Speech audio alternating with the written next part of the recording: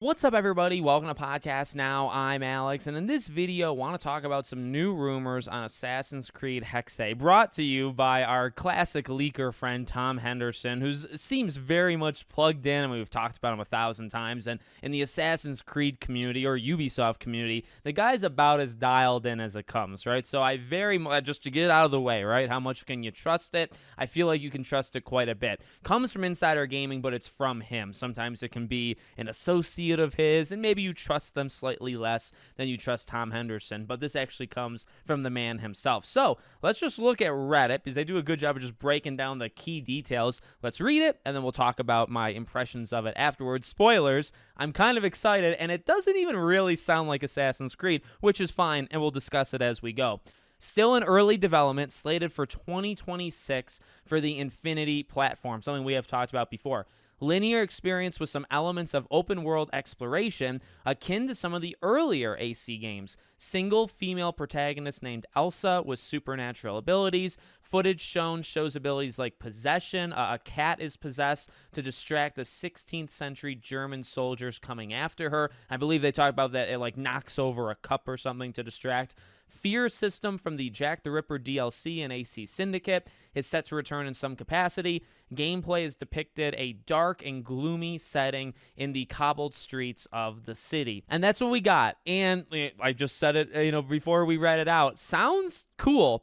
And in the actual article itself, again, that's like the summary of it. In the article, they go back to a little bit of the history of like what we've heard so far from the game. And it was talked about, I think the last time we heard about it, where not every one of these AC games needs to be a 150-hour RPG. Remember that line? And I'm happy they brought up that line because, to be honest with you, I kind of forgot. But it's important to remember that hopefully not all of these games are, well, they're not supposed to be all the same, right? And you think of the trilogy of Origins onward, right? It's for specific people. It's a specific kind of genre. It worked with some. It didn't work for others, right? And Mirage tried, I wouldn't say anything new, but it tried to combine old with new, right? And again, thinking about the future, it's cool to remember that hopefully some of these are gonna be shorter experiences. Some of them maybe won't even feel like Assassin's Creed. Now, okay, will this feel like Assassin's Creed? I'm sure it will. But from those descriptions, right, or from those bullet points, it really, and I saw this actually on Twitter from a couple people, if you told somebody the pitch and you didn't say Assassin's Creed, I don't know if you'd know if it was an Assassin's Creed game. You know what I mean? I feel like they're just kind of tagging it on at this point. And again, that I'm sure we'll see it and it'll be like, oh, that's very clearly Assassin's Creed. But maybe not. Maybe not. Now, I guess to take it kind of like point by point, 2026, it feels like, I feel like they want these games out yearly again. We know they're making like 500 of them. Maybe that doesn't happen, right? Because it's supposed to go Red and then supposed to go this game. So 2024, fall. Yet again, maybe Red gets delayed. You never know, right? Maybe the Japan game comes out early next year and this game comes out maybe fall of 2026. So you got almost a 2 year. You're probably going to have a 2-year gap between one of these games. And then maybe afterwards you get them kind of yearly, right? We know there's like 2 multiplayer games in development. There's all sorts of, stuff that they're doing. So you'll have your fix. If you want Assassin's Creed games almost yearly, you're absolutely going to get it. But in terms of the possession thing and whatnot, like I mentioned in the actual article, they talk about like you're being chased, you possess the cat, and the cat goes and I think knocks something down to distract. I'm in.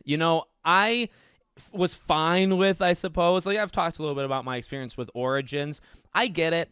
And I know people did like it. And I think Origins is a good game. I actually have not yet played Valhalla or Odyssey. I actually watched my wife play it. But I am the classic AC fan, okay? Like I could play Assassin's Creed 2 Brotherhood Revelations. To me, that's the golden era. And I know that's not the case, for everybody. But when I hear things like this, I do get excited because it probably is. I mean, it sounds like it's more my cup of tea than what we've gotten recently. That's a biasness. That's just what I prefer versus other people. But again, I think you can kind of have the best of both worlds because if you have games coming out almost yearly, you're going to get your Odyssey Valhalla type game, which is probably the Japan one. In fact, that's what it has always kind of sounded like. And then you might just get like a weird, different kind of one, right? And, the one of those middle bullet points, it's like semi-open world, but it's kind of maybe sometimes going to funnel you through like some of the earlier, I just mentioned Assassin's Creed 2, like Assassin's Creed 1 has not necessarily aged all that well in terms of the repetitive side stuff and things like the combat, but I think, again, to the legendary era of 2 Brotherhood Revelations, and they're not 100-hour games. And again, you combine that with some of the sayings that we've heard from Ubisoft. I mean, just give me a Mirage every so often. You know what I mean? I don't think Mirage does a perfect job of it, but if you give me a 20 to 40-hour AC experience and the next year's 150 hours and you kind of alternate them, and ultimately that's probably a good development process, by the way, because I don't think you can make all of these games gigantic and have them like come out on a recurring yearly basis or what. I just don't think that's possible, especially nowadays. So yeah, I mean, I'm in. I think this game sounds really cool. It's weird. I got to be real. Like, when I was making this video, I was kind of debating it because it's like, is it weird to talk too much about this game? Because you can kind of get too into the weeds in it, and it's not even the next game. This game is not only maybe 2+ years out, but you also have at least, if not maybe more, one big, huge Assassin's Creed game that comes before it, right? So, I don't know. It is, to me, it's kind of weird. I mean, look, I'm making a video. I'm talking about it anyway, so I conquered my fear. But it is kind of weird to talk about this one when it's like the Japan one, right? Codename Red. That one's up next. So, hey, we'll cover as many Assassin's Creed games as they want to create. As long as I'm still, around, I'll cover them all. So, let me know what you guys think in the comments. Make sure you're subscribed to the channel, bell icon turned on, and I hope to see you all on the next one.